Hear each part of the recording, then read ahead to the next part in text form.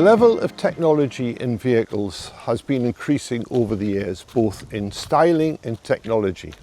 I spent over 16 years working in the car industry, so I've seen this happen. It's really hard to pick something which has come out on top, and what we're seeing today is the car that did just that against very stiff competition from other car makers. I'm Professor Colin Herron from Newcastle University, and I'll be reviewing the car that came out on top, which is the all-electric Renault 5, which became the European Car of the Year 2025. The original Renault 5 debuted in 1972. It became a symbol of practicality and style throughout Europe. Fast forward to 2025, and Renault has resurrected this icon as a fully electric vehicle, blending nostalgic design cues with modern innovation. Built on the Amtar small platform, the new Renault 5 E-Tech is manufactured in Douai, France, reflecting Renault's commitment to sustainable production. If you're seeking an affordable, reliable, stylish and efficient electric car, this might just be the one for you. Let's explore what makes this EV stand out. The first thing to say is this is quite clearly a Renault 5. The styling has been carried over but modernised. The daytime running lamps have carried over the feature, and I also like how smooth the headlamps are and how they fit into the whole profile. Another additional feature is on the bonnet there is actually a battery indicator with the number 5 on, and when the battery is fully charged, the number 5 lights up beautifully. Looking under the bonnet, it looks incredibly technical, but what I can say as a very experienced EV driver over 12 years, this will be the only thing you need to know. And that's where you put the water in for the screen wash, nothing else. Moving to the side of the vehicle, as with the front, it is clearly a Renault 5. This can again be picked out by the sloping rear window and the extended wheel arches, which enhance the silhouette and the definition of it being a Renault 5. The wheels are 18-inch alloys, diamond cut, with a black insert, and the styling enhances the Renault 5 completely. With regard to colour, this vehicle is obviously green, and one of the features it has, which I've never seen before, and you can see on a sunny day like today, is this paint actually has a sparkle in it, which is something I've not seen before. This green is one of 9 colours which are available, and it also has a very nice coloured red flash here, which complements the colour scheme. This vehicle also has an interesting Renault 5 decal on the door. There is apparently also a selection at extra cost which you can get for the roof.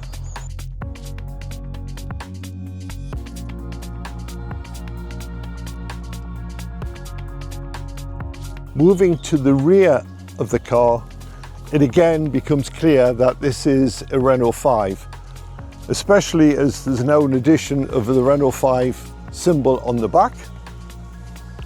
It also has vertical rear combi lights, which also aid the aerodynamics. Going into the boot, the actual boot space is quite acceptable for a car of this size, with 326 litres of storage with the seats up, which increases to 1,106 litres with the seats down.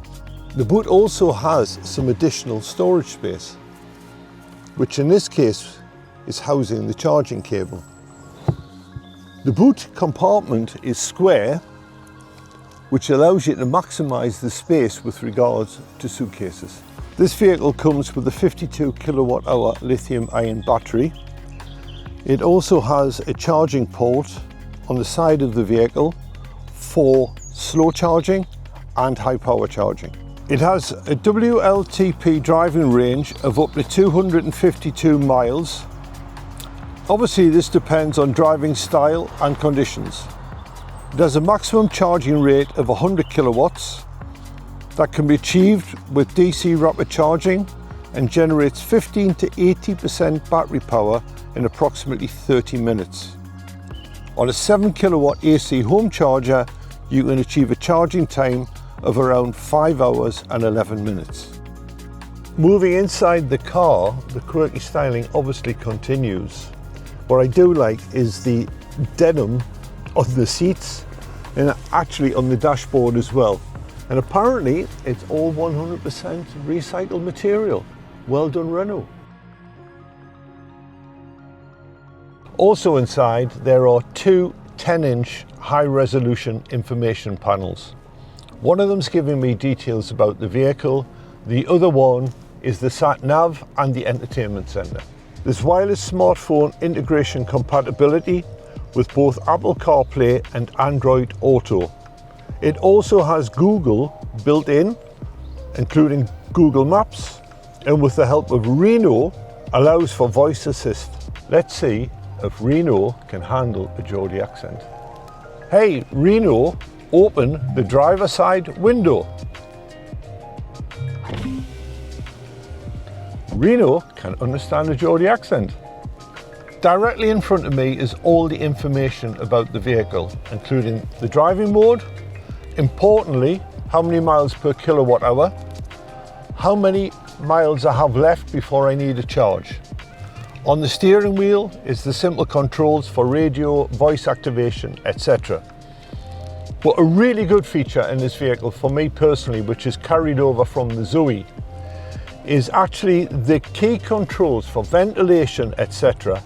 are not touchscreen, they're actually physical, and they are so simple when driving to feel and press. One of the great features of this car is the styling has been carried over in so many ways, even down to the styling which is on the ventilation ducts. The center console features wireless charging for the phone. And one feature I have to say, again reflecting back on my car, which is the Zoe, is the amount of actual space for putting things away is greatly enhanced in this vehicle. This is a real life challenge because I am actually 6'2" or 1.9 meters. As you can see, I'm sitting in the back of the Renault 5. The knee room and the headroom are adequate. In the seat in front of me, there is a convenient pouch to pack things in. And there is an interesting pattern on the roof. This Renault 5 is powered by a 150 brake horsepower motor from a 52 kilowatt hour battery driven through the front wheels. It goes from 0 to 62 in 7.9 seconds with a top speed of 93 miles an hour.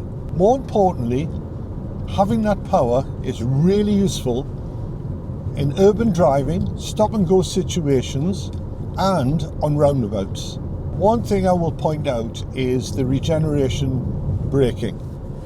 This is a tremendous asset within a vehicle.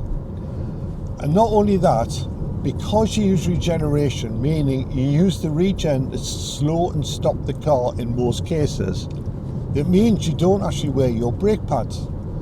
That saves you money, and it is also actually eco-friendly not to wear away brake pads.